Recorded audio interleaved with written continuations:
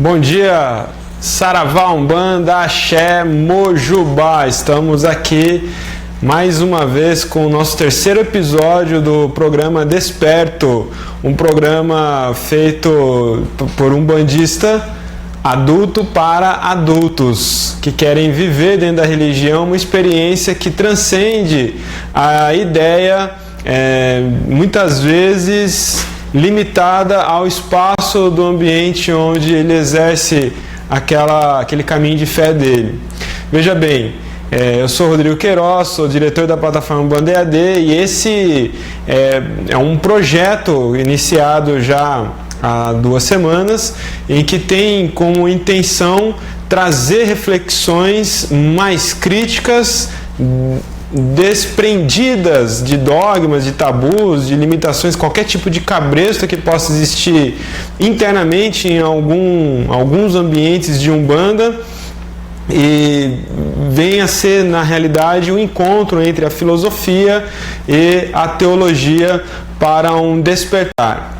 Então, esse projeto ele surge a partir do momento em que nós percebemos que pensar a religião com cabeça de umbandista, né? Ou seja, entender a Umbanda a partir de uma perspectiva umbandista e não mais de uma perspectiva baseada em outras crenças, que embora ela possa estar dentro do ambiente da Umbanda, ela possa ter alguma sincretização, ela possa permear de uma forma sincrética e aderente, como é tudo dentro da Umbanda, não significa que a Umbanda vai ser explicada, deve ser percebida, deve ser compreendida na perspectiva daquela crença que traz um pouco de influência.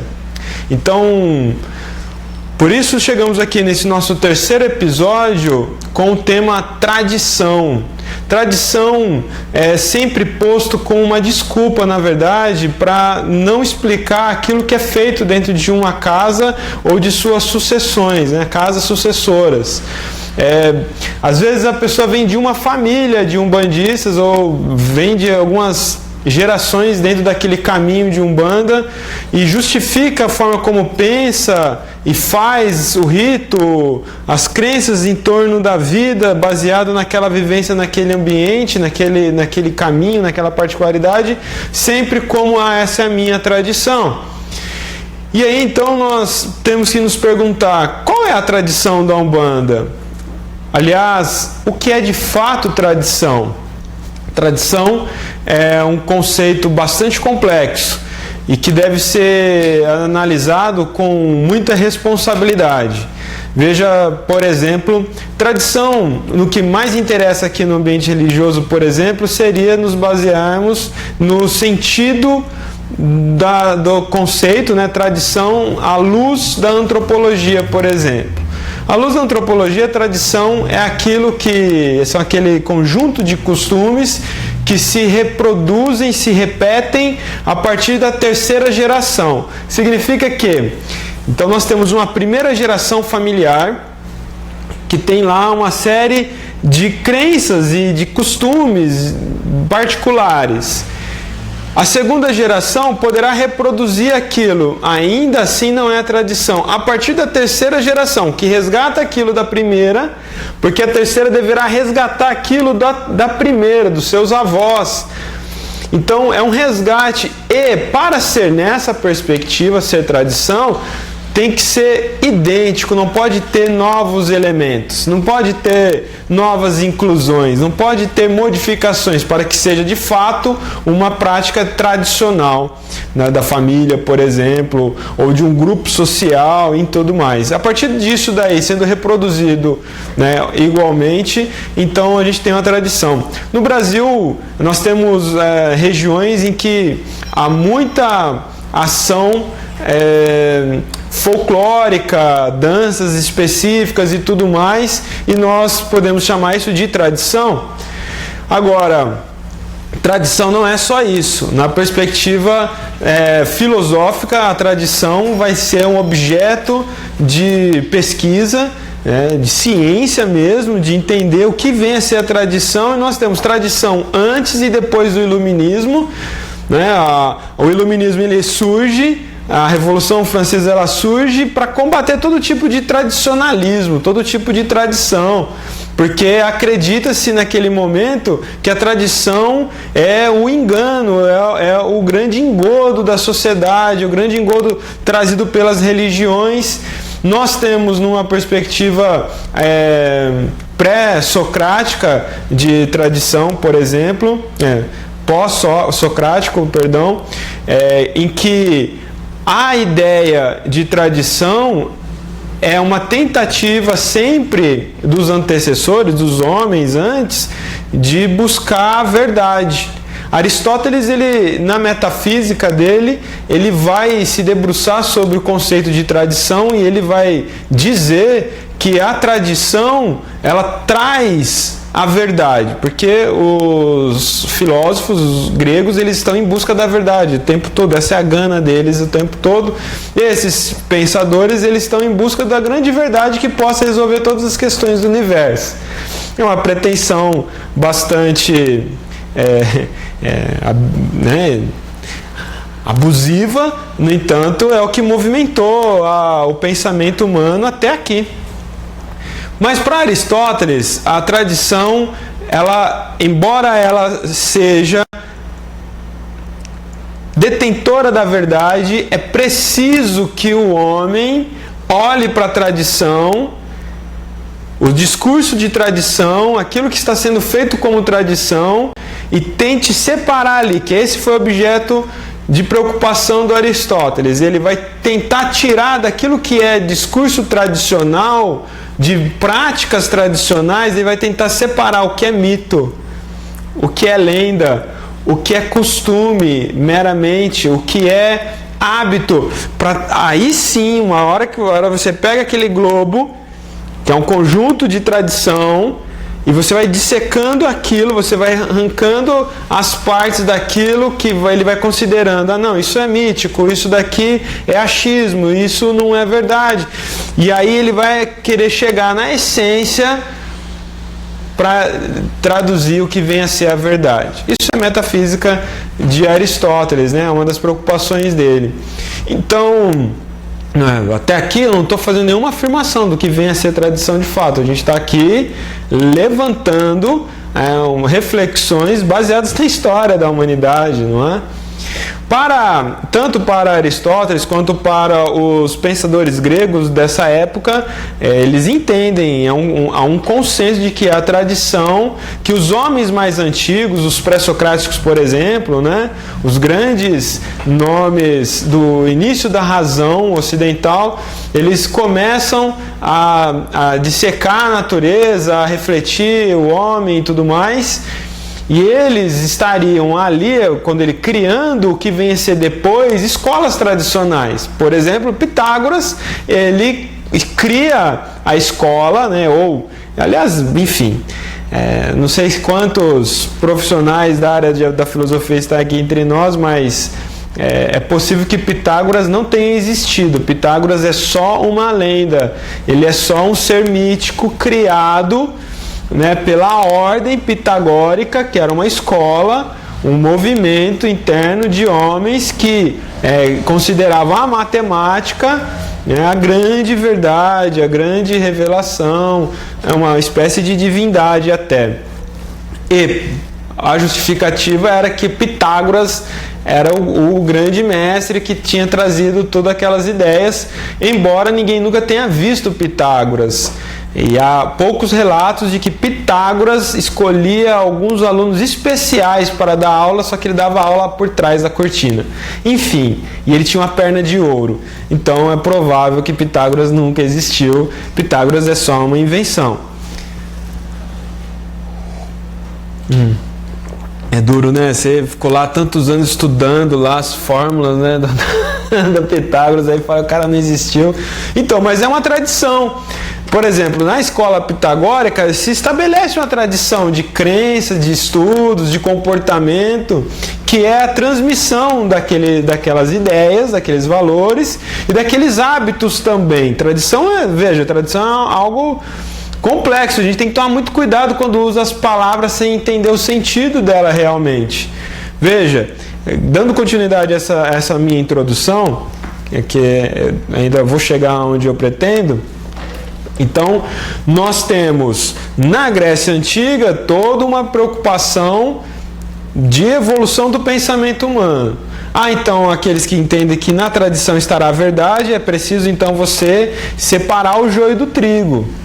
E, no entanto, vai tendo a evolução do pensamento e o passar dos tempos, chega no século 19, 20, nós temos as revoluções, como já citado, que vai querer colocar a tradição como algo vai tomar um tom pejorativo. Tradição é estupidez das famílias, da sociedade, tradição é um lixo, e também não é isso. A tradição revela muito sobre aquele grupo social, sobre aquela família, sobre aquele país, aquela nação. Então, dependendo das dimensões que nós estamos olhando, o que vem a ser tradição, há uma revelação contextual sobre aquilo. Mas esse é um ponto de observação. Depois nós vamos entender a tradição de uma forma muito prática, né? O que vem a ser a tradição na vida prática? A tradição na vida prática é realmente a transmissão, a herança, né, que aquelas pessoas vão assumindo ao longo das sucessões. Ou seja, nós temos um tronco aqui religioso, por exemplo, e aquelas famílias, ou a origem daquela religião vai transmitindo aqueles valores e aqueles costumes, entenda isso, costumes e hábitos, ritos e etc. Isso vai sendo passado de geração para geração. Isso é também uma tradição, isso tem que ser entendido. Isso é tradição. Agora, a tradição não é só isso. Há um problema quando a gente fala de tradição, então, e o que a gente está falando é hábito só. É um costume. O que você está me dizendo muitas vezes é que o que você faz é o que seu avô fazia, o que seu pai fazia. Isso daí não necessariamente é tradição, é apenas um hábito, um costume que ele passou para você. Veja, por exemplo, na família em que o patriarca senta sempre na ponta da mesa, isso é uma tradição ou é um hábito?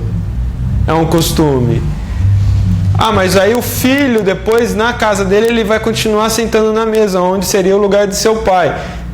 Isso é uma tradição ou isso é um costume, um hábito assimilado dentro da família? Então, tradição é muito mais profundo, porque a tradição, ela traz o significado, o sentido para as coisas. E não há um sentido claro para dizer eu sento na ponta da mesa porque meu pai sentava na ponta da mesa, eu assimilei assim, que é assim que tem que ser. Então, quando você faz algo dentro da religião e fala assim, eu faço porque meu pai fazia, meu avô fazia, minha tia faz, você está só reproduzindo um hábito que você não entende porque ele está ali. Tradição, ele tem significado, ele tem sentido, dentro do ambiente religioso ele seria um fundamento. O que vem a ser então, dentro do ambiente religioso, tradição? Vem a ser fundamento. No movimento cristão, né, no cristianismo propriamente, nós temos várias tradições. Então é uma religião que tem muitas tradições. Então cada segmento teológico cristão, você vai ver ali uma tradição acontecendo, que é sim o conjunto de valores, de interpretações teológicas e que vai se transformar em hábitos também. No entanto, ela tem uma base conceitual em que ela se define como algo a ser tradição. O fato é que, dentro do ambiente religioso de Umbanda, quando a gente vai para um ambiente mais africanista, existe esse discurso de que, sendo aqui a Umbanda africanista, o que nós estamos fazendo é tradição. E aí fala assim, qual é a sua tradição? né? A minha tradição vem não sei da onde, etc e tal. Então, existe uma ideia de engessamento, de que só é tradicional o que é velho. Porque a ideia original de tradição também é que os velhos haviam assimilado a verdade. E os antigos haviam assimilado a verdade. E eles estavam passando de alguma forma. Só que as gerações seguintes não conseguem resolver essa equação. Então eles começam a buscar no que os antecessores faziam. Então o que está vendo aí? O que está esse movimento faz o que exatamente? Porque quando a gente pensa no antecessor em busca da verdade, ele não está fazendo tradição. Ele não está fazendo tradição do seu antecessor. Ele está a partir daquele ponto buscando assimilar uma boa nova, uma nova interpretação de mundo, de vida, no caso de religião e etc. Então, por que dele a coisa para e começa os outros fazer o que vem chamar de tradição, que é reproduzir aquilo que ele fez? Só que o que ele fez não é o que o outro agora faz. Porque ele parou porque ele morreu, né? Ele era um propulsor, ele era um revelador, ele era um desenvolvedor. O que é isso? Isso tem mais a ver com tradição orgânica do ser humano. O ser humano, enquanto indivíduo consciente, racional, é orgânico a ele o desenvolvimento constante, o movimento constante, a ação constante, mudanças constantes. Isso é o que deveria ser orgânico no ser humano. E o ser humano que põe a sua vida em movimento e ação constante, ele tem realizações, ele concretiza, e ele tem aprendizado constante. Então, isso é o que a gente poderia chamar de tradição biológica do ser humano. Em algum momento começa a ter esses hiatos nas sucessões. O indivíduo, na preguiça talvez de desenvolver mais ainda, continuar o desenvolvimento, ele estanca e começa a represar todo aquele processo iniciado pelo seu antecessor. E esse represamento, ele começa então a segurar ali e falar como um culto ao antepassado. Porque aí começa, é isso que a gente tem que entender. Começa a virar uma espécie de culto antepassado. Não, porque meu pai fazia assim, eu vou continuar fazendo. Isso é um saudosismo, né? E aí vamos chamar isso de tradição, mas o que está acontecendo na prática? O que é isso exatamente? Não é um saudosismo? Não é só reprodução de um hábito? O que está acontecendo de fato? É isso que ele lá, que iniciou todo o movimento, queria? Ele estancou antes de morrer mesmo? Ele falou, fechou? Porque, por exemplo, Moisés fecha, né? Moisés, ele chega lá com a tauba dos 10 mandamentos, que é a revelação de uma verdade que ele assimila, e tá aqui, ó, agora é isso, pronto. Se vira, gente. Então, você pode ficar, mas o que vem depois? Vem muita coisa depois, não é?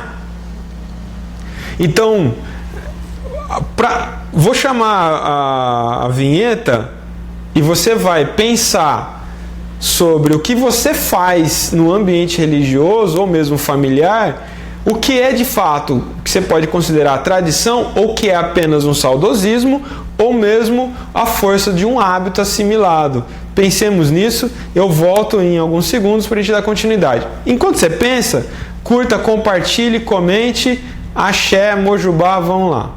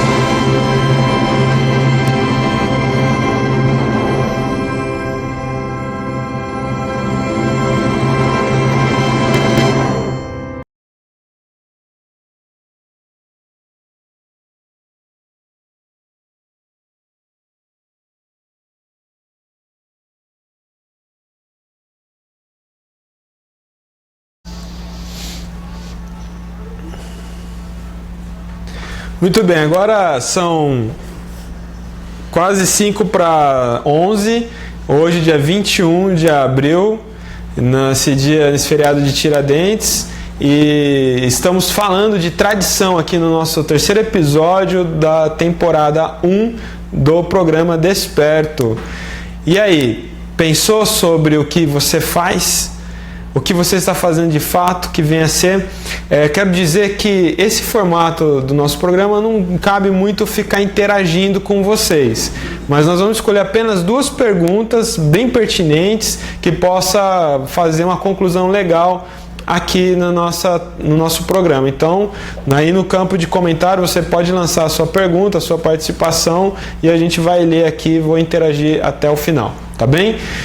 Muito bem, então eu coloquei para você que nós temos que ter uma responsabilidade ao dizer que o que fazemos é tradição, porque, por exemplo, quando eu acho muito preocupante, eu vejo com muita preocupação quando vem alguém falar sobre como ele pensa a vida humana a partir da Umbanda, como ele pensa a vida dele, como ele pensa a própria Umbanda, e ele quer como uma espécie de carteirada ou uma espécie de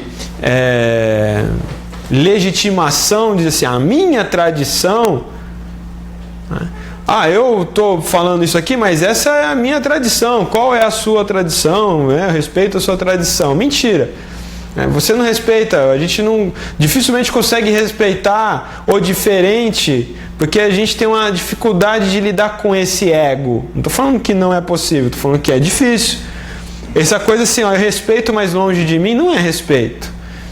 Então, o que eu quero trazer aqui é mesmo uma posição crítica dessa postura que a gente vê cada vez mais dentro do nosso ambiente religioso, daqueles que deveriam, de repente, trazer uma expansão da própria religião através do uso que faz midiático, mas que fica em cima dessa posição de que tudo é uma tradição diferente. Não é bem isso. Porque quando a gente fala de Umbanda, a gente fala de Umbanda além da minha Umbanda.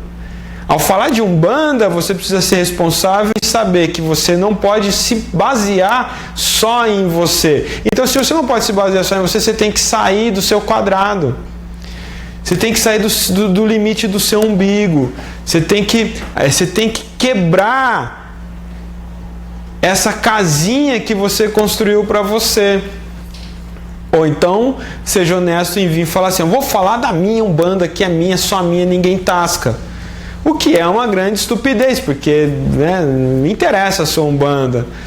Não interessa a minha Umbanda, interessa a Umbanda. Nós estamos aqui há 108 anos tentando desenvolver uma religião. Uma religião que, ao meu ver, tem um hiato, tem uma paralisação de mais de 60 anos. Isso é histórico. Tem uma paralisação conceitual. Há uma paralisação de não reflexão efetivamente. Não há uma expansão de entendimento dela. Há um mergulho dentro de cada um da sua, minha Umbanda, a coisinha que é só minha, o meu carrinho, a minha bola, a minha boneca. É uma coisa infantil. É disso que eu estou falando desde o começo do programa. Desde a primeira temporada. Isso amor, tá tudo certo aqui. Isso é infantil. É infantil depois de 100 anos, num mundo tecnológico como o nosso, ainda as discussões é sobre isso. A maior preocupação é sobre qual é mesmo o fundamento da vela vermelha, qual é o fundamento da vela bicolor, se é que é fundamento, se é que isso é tradição, se é que isso é costume, se é que isso... Então, isso são estudos necessários, estão aí, devem ser estudados. Agora, isso ser tema de congresso, por exemplo, se reúne vários sacerdotes e o tema de discussão é se o hino da Umbanda tem que ser o que é sempre ou se tem que mudar, se o ponto cantado tem que ser assim ou tem que ser assado, se posso usar a roupa assim ou posso usar a roupa assada. Então a gente vive um momento ainda de muita infantilidade.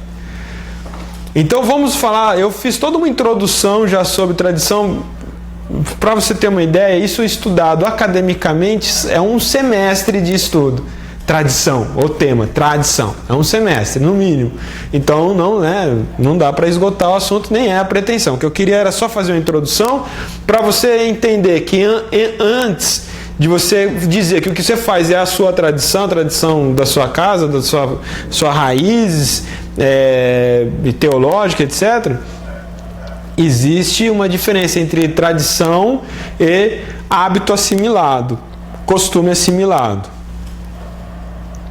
Agora, nas religiões africanistas é forte a ideia, o conceito de tradição, e tradição existe, é respeitado, no sentido de que é uma herança comportamental, conceitual, porque é uma religião que se baseia no mito, é uma religião mítica, aceite ou não aceite, queira bater o pé, queira não bater o pé, Candomblé é uma religião mítica, o hinduísmo é uma religião mítica. Já mudei território. Então, para qualquer religião mítica, ela é milenar já. Então, para ela funcionar, ela tem que se basear na tradição do mito. E o mito, ele cria, ele sustenta, ele alimenta a tradição. E aí sim, então vamos dar um exemplo. A Casa Branca na Bahia, ela vem de uma assimilação ancestral antes dela existir, surge a Casa Branca e há toda uma sucessão de ilês a partir da Casa Branca. Então, a gente está falando de Candomblé. Isso significa que há uma tradição ali sendo respeitada. Você tem que seguir aquelas regras, aquelas ideias, aquelas verdades, senão você já não faz mais a tradição da Casa Branca. É simples assim. E isso na religião africanista, que é o Candomblé, isso é muito efetivo, funcional e necessário, senão já não é mais. Se você for para a África, você for para os cultos de nação, o que tem ali são religiões tradicionais nativas e que vive de tradição milenar, baseado no mito. É isso. Agora, o que isso tem a ver com a Umbanda? Então, o que isso vem a significar na Umbanda? Eu já disse, é só Umbanda, uma Umbanda, um Molocom, Umbanda Omblé, uma Umbanda que tem uma forte carga africanista, então ali sim você vai ter influências tradicionalistas africanas ali dentro. Mas ainda assim respeite o fato de que você nunca será aquilo. Porque para ser aquilo, tem que vir dali, ser aquilo. Isso é tradição religiosa. Não é porque você vem de um terreiro Molocô, que aquele pai de santo vem de um terreiro efetivamente original, de Candomblé, que já não era mistura ainda, o que ele está fazendo é a tradição. O que você está fazendo é uma reprodução do que ele fazia. E ele deixou de ser tradição quando ele rompe com a sua base original e faz uma coisa nova, diferente. Já não é mais tradição. Deu para entender? Não estou falando que está certo e está errado, não é nada disso, absolutamente. Porque entre certo e errado, a pergunta é, funciona? Está dando certo? É isso. Eu tenho um hábito, é uma esquisitice, é uma mania, uma superstição, é isso. Eu tenho uma superstição muito forte no Umbanda EAD. A gente só lança curso, só inicia curso de quinta-feira e nunca pode acontecer na lua minguante. Eu não herdei isso de ninguém, é uma superstição minha, uma mania minha. Pode ser que, se eu não estiver aqui mais e houver sucessores, permaneçam fazendo isso. Aí começa a virar uma tradição. Porque é um resgate daquilo que eu fazia. Mas hoje eu estou falando, é só uma superstição, uma mania, uma coisa besta. Mas que a pergunta é, tá dando certo? Tá dando certo, então vou continuar fazendo. Vai que um dia eu lanço na minguante e dá errado. Eu vou ficar com isso na cabeça, né? Poxa, não devia ter usado a lua minguante para isso. É isso, é crença astrológica, etc. E é pessoal, é genuíno meu mesmo, né? Há quem ache uma bobagem da minha parte, mas eu prefiro não arredar pé disso. Então, o que significa? Quando você entra nessa discussão, isso é certo, isso é errado, isso tem fundamento ou não tem fundamento, a questão é, está fazendo bem? Está sendo efetivo? Está sendo bom para as pessoas? De verdade, as pessoas se realizam, as pessoas estão felizes, as pessoas estão sentindo paz, as pessoas estão tendo um vislumbre do divino, do sagrado, através desse modelo? Estão. Então, permaneça. É isso. Então, não me confunda, não coloque palavras na minha boca e não me distorça, porque isso é responsabilidade só sua. Agora, o ponto aqui é, qual é a tradição na Umbanda? Vamos lembrar rapidamente, muito brevemente. Zélio de Moraes, um garoto de 17 anos, é levado na Federação Espírita de Niterói, recém-fundada, estava dentro de outra, e aí chega lá, está tendo algo que era tradicional. Reunião na mesa espírita, os médios em volta, o dirigente, como reza, aquela coisa, chama os espíritos. E começa a vir preto velho, caboclo. Aí, xô, sai daqui, vocês não são daqui. Vocês não podem vir aqui. Cadê o doutor? Cadê o diplomado que não vem aqui, né? No meio disso, o Zélio ele entra num transe, ele incorpora o caboclo bate na mesa e diz: por que não a esses espíritos humildes? Não vou reproduzir todo o diálogo. Enfim, começa uma discussão acalorada, porque a gente lê texto, o texto é uma coisa fria, e dependendo do seu romantismo no momento, aquilo vai ficando uma poesia. Então, eu já vi gente lendo ou falando sobre esse dia fatídico assim. E aí, então, o caboclo falou que veio fundar uma nova religião. Por que não pode esses espíritos humildes, que embora não tenha diploma, embora não tenha sido conhecido e famoso, eles têm muito a nos ensinar? Não foi assim não, meu irmão. O Zélio, o caboclo, estava irado. É provável que estava com o dedo em riste. Por que não pode? Seus petulantes, seus arrogantes, seus vaidosos. É isso que ele talvez quisesse dizer, eu penso, se fosse eu. Né? Vocês estão pensando, vocês vão controlar o mundo espiritual? Esses espíritos que tem muito para ensinar. Ensinar, por exemplo, isso. Tamanho da sua arrogância, de achar que esse espírito não tem nada para te ensinar. Então, emputecido. Essa é a palavra. O caboclo, o Zélio estavam revoltados naquele momento. Então não pode? Então tá bom, amanhã eu vou fundar uma religião. Na casa do meu aparelho, desse garoto, eu vou me manifestar e vai vir qualquer espírito que quiser, vem, quem quiser vir. Não importa quem seja, quem souber mais, a gente vai aprender com eles, quem souber menos, a gente vai ensinar, porque essa é a vontade de Deus.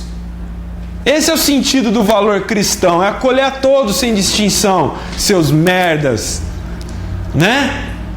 É isso. Então essa coisa romântica vai de quem está lendo um texto que é frio, preto no branco, né?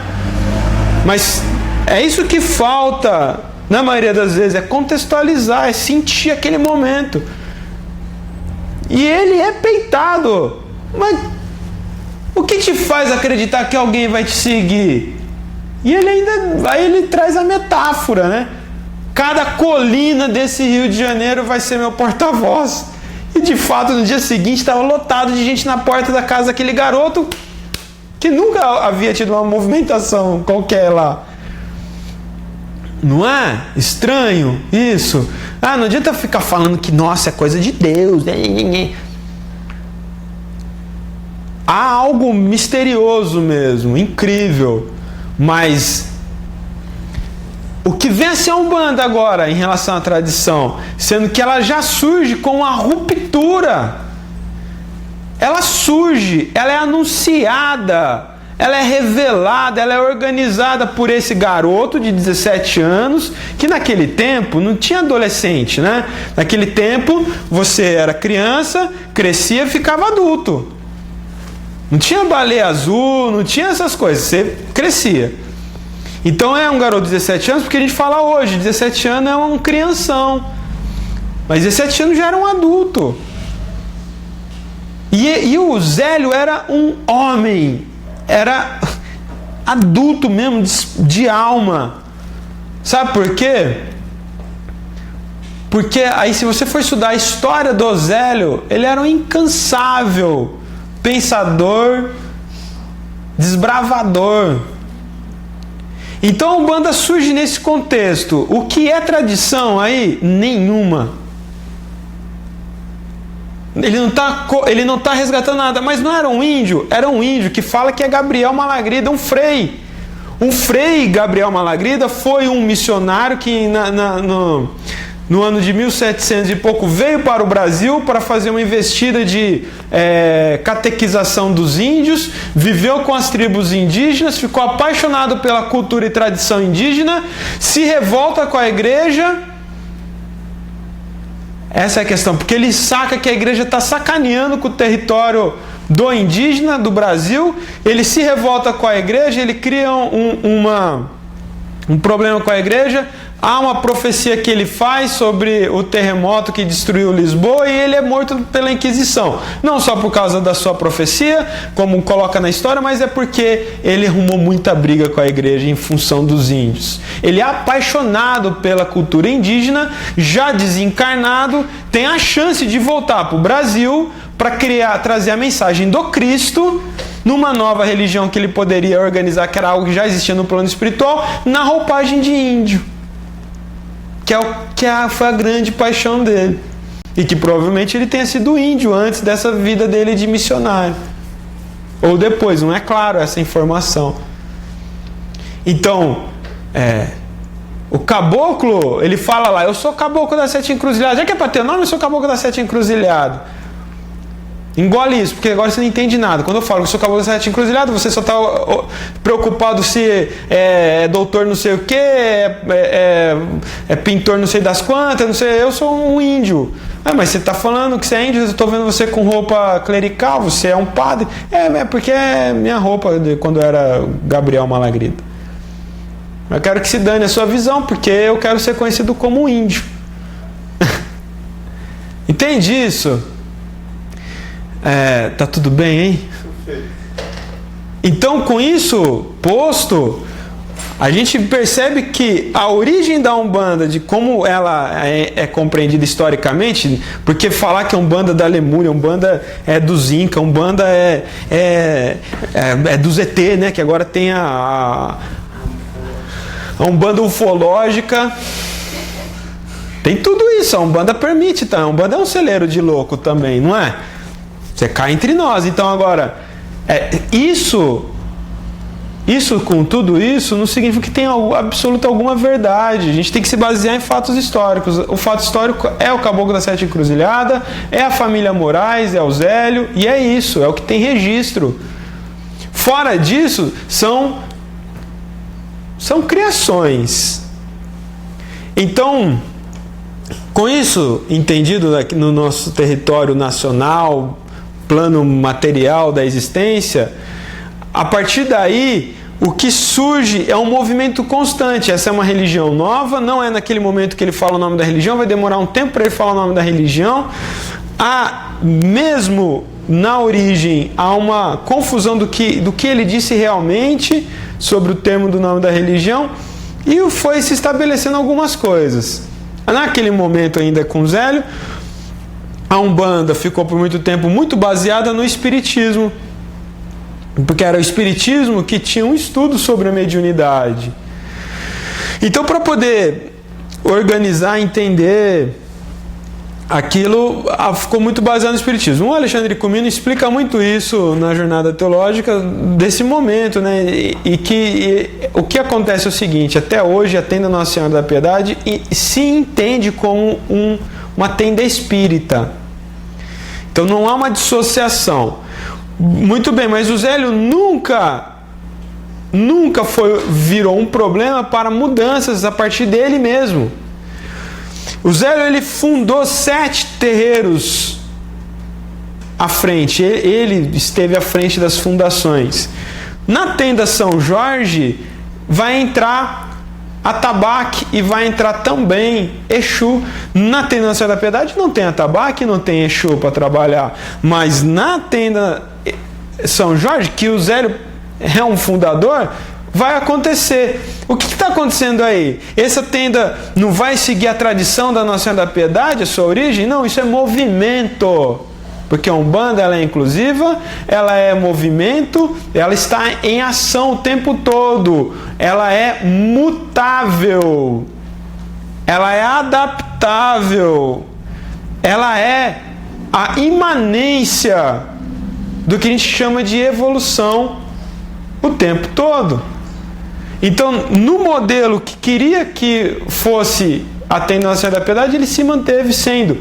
A família Moraes hoje faz tradição, porque eles reproduzem até hoje, e espero que permaneça por muitas e muitas gerações, fazendo o que o Zélio fazia. Eles têm uma função histórica de ser uma tradição umbanda, porque está lá já na geração do neto, do bisneto, fazendo o que o Zélio fazia.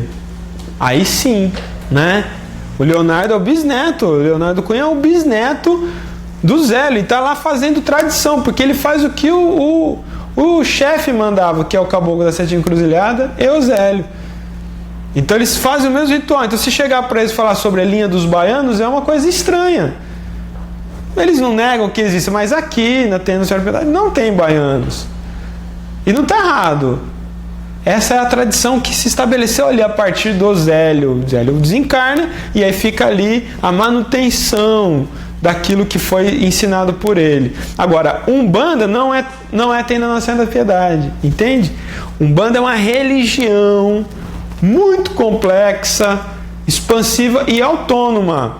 Ela não tem um Vaticano, ela não tem um Papa, ela tem aqui fisicamente uma origem, mas o fato do Zélio ter sido um originário da religião não fez dele o detentor da verdade. E ele nunca nem quis isso. Então o que eu quero dizer? Se Zélio funda 7 tendas completamente diferentes, ali já há uma sinalização na essência, na origem, na raiz. Umbanda, ela é ser diferente a cada nova casa. Tradição, portanto, na Umbanda, 108 anos depois, Umbanda tem como tradição o movimento, novas absorções. Agora, o que nós precisamos com isso é ter responsabilidade e começar desde sempre, né? Deveria mais do que nunca separar o que é achismo, o que é fantasia, o que é mero discurso mítico e o que vem a ser verdade universal. Na verdade universal você pode falar que existe tradição, porque é uma tradição que vem do alto, vem do mundo espiritual. Então, o que é tradição na Umbanda? Consegue responder? Tradição na Umbanda não pode ser dito como a tradição da sua casa. E o que você faz na sua casa é tradição mesmo? Onde está a tradição e em que momento começa apenas uma herança de hábitos e costumes, de crenças apenas? Então, tradicionalismo é esse saudosismo com o que era antes. O que vem depois é movimento. Então eu entendo que tradição na Umbanda é mudança. Tradição na Umbanda é novas interpretações. Então veja onde eu quero chegar. Quando a gente fala de culto de orixá na Umbanda o culto de orixá não é um resgate do que acontece em solo africano. Vou dizer de novo para ficar bem entendido. Na Umbanda, O culto de orixá não é um resgate do que acontece em solo africano, porque quem faz resgate do que acontece em solo africano é o candomblé. Eles surgem como um resgate. A Umbanda surge como uma novidade. A Umbanda reinterpreta o orixá. Essa é o entendimento que a gente precisa ter. Orixá na Umbanda nunca foi entendido como um deus. Como um deus, como deuses. A gente não tem. Nós temos uma crença monoteísta. Há um Deus absoluto e não há deuses embaixo de Deus. Porque a qualquer momento eles podem se revoltar contra Deus e acabar com o trono de Deus. Isso é mito, né? O mito grego é assim, mito nórdico é assim, mito egípcio é assim. Então os deuses vão sempre ficar disputando poder. O mito, na realidade, ele traduz uma antropologia social que acontecia no momento que surge o mito, porque os homens, quando eles se relacionam com o céu, como os deuses, que ele é fruto da vontade dos deuses, ele vai justificar o interesse dele de dominar o outro território vizinho com a vontade dos deuses. Ele só é pau-mandado dos deuses. Ele não separa isso daí. Então, o discurso do mito depois vai ser isso, é a briga dos deuses, não é dos homens. Os homens são só realizadores da vontade dos deuses. Então, na Umbanda, quando vem a presença, o entendimento de orixá na Umbanda, já é uma nova leitura. Já é como forças da natureza, como seres criados por Deus. Uma força que está imanente na natureza, está em tudo e em todos. Então não estão a par de nós. Zélio vai falar sobre as 7 linhas de Umbanda como um prisma, como emanação de Deus. Ninguém entende isso, vai ficar um hiato de décadas, cada um querendo criar suas 7 linhas, criar os nós nas 7 linhas. Depois, nos últimos 20 anos, que surge Rubens Saraceni, e ele vai trazer toda uma ciência divina, teológica, e vai explicar o que são as 7 linhas de Umbanda enquanto irradiações de Deus. Os orixás são imanência de Deus. São as divindades que são partes dele mesmo, é ele mesmo ali, de forma específica na sua criação. E a 7 linhas de Umbanda é essas manifestações, são essas irradiações, é o que o Zélio falava. Só que agora já mais incorporado, mais aprofundado. Então, o que é a tradição na Umbanda, se não um movimento constante, se não a reflexão constante, se não a lapidação constante? Se você quer viver uma experiência umbandista paralisada, ostra, coisa do tipo, você pode viver. Ninguém pode dizer que você não pode viver, mas a questão é até onde isso vai ser efetivo. Se Umbanda é uma religião de evolução, é uma religião que crê que nós estamos aqui para evoluir. A evolução consiste em resgatar o passado? Isso é evolução? O que vem a ser evolução? Qual é a tradição da ciência? Ciência humana, aqui no plano físico. Universidade é uma tradição científica. Qual é a tradição da ciência? É reproduzir o que o cientista antes um dia descobriu? Ou é descobrir novas e novas possibilidades o tempo todo? É isso. Eu penso que a Umbanda é assim como uma grande universidade de ponta, onde sua tradição é a mudança constante, é um despertar constante, é um novo olhar constante, é uma reinterpretação, às vezes, constante. E é isso que eu tinha para dizer sobre tradição. A Rê Sampa diz: Mestre Rodrigo é sempre muito claro e hoje ele está inspiradíssimo, não deixou dúvida nenhuma sobre esse assunto. Muito axé. Muito obrigado, Rê. E daí a gente tem duas perguntas que vão pela mesma linha. A Maria Fernanda fala: como fazer o discernimento da tradição real umbandista das demais loucuras que aparecem por aí? Então parece que a preocupação dela está nas bizarrices, porque o Carlos Graça Aranha também diz: como colocar um freio nas loucuras e bizarrices a fim de separar e preservar a tradição litúrgica? O Carlos Aranha e Maria Fernanda estão perguntando sobre como separar o joio do trigo, né? Resumindo. É problemático, porque a minha tentação é dizer, tem que usar o bom senso. Mas quem está fazendo aberrações, ele acredita piamente que ele está usando o bom senso, porque o bom senso dele se limita a isso. Então é muito difícil.